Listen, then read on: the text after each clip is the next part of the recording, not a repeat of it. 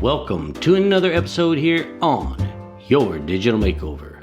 My name is Jerry Colbert, and in today's episode, we're going to kind of look at the custom date field inside of TickTick. And it's all coming up next.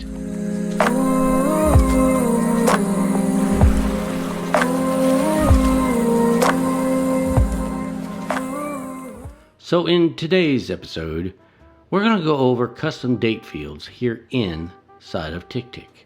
So what do I mean by a custom date field?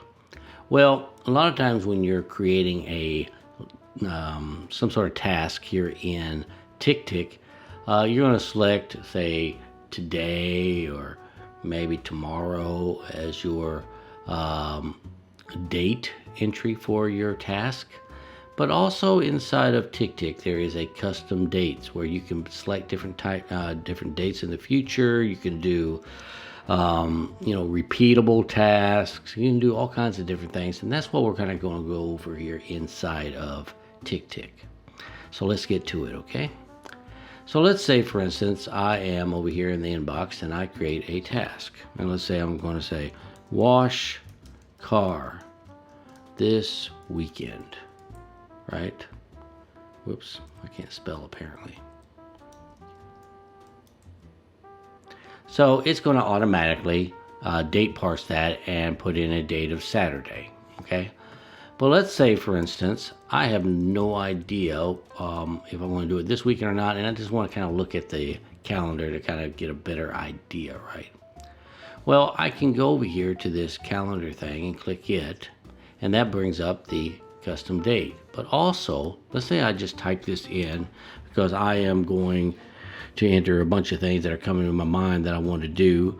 And so I say wash car, go to grocery store, get gas for Pontiac,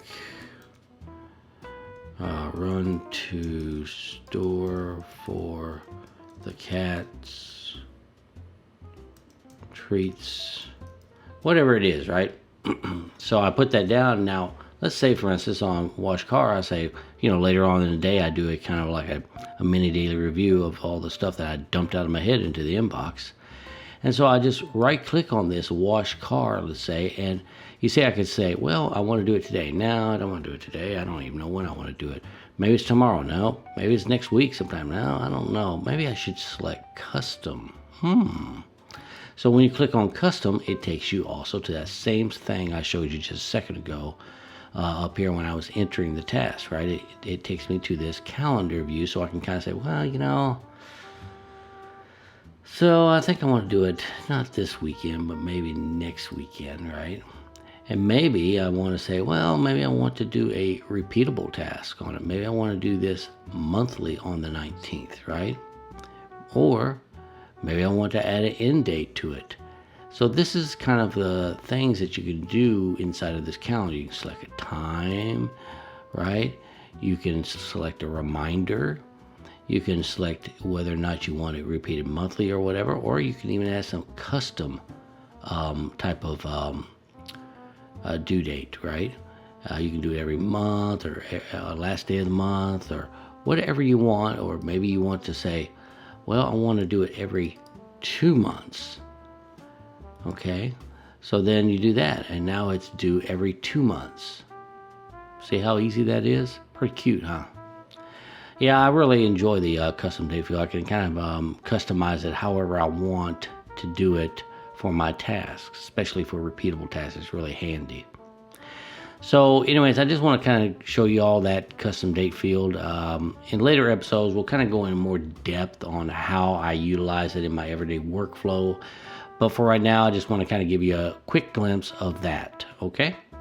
So I hope y'all enjoyed this episode, and if you did, don't forget to hit that like button down below, and if you want to see more of my videos in the future, don't forget to subscribe to my channel and hit that notification bell. And with that being said, I want to wish you all a wonderful week, and I'll catch you in the next episode. Take care.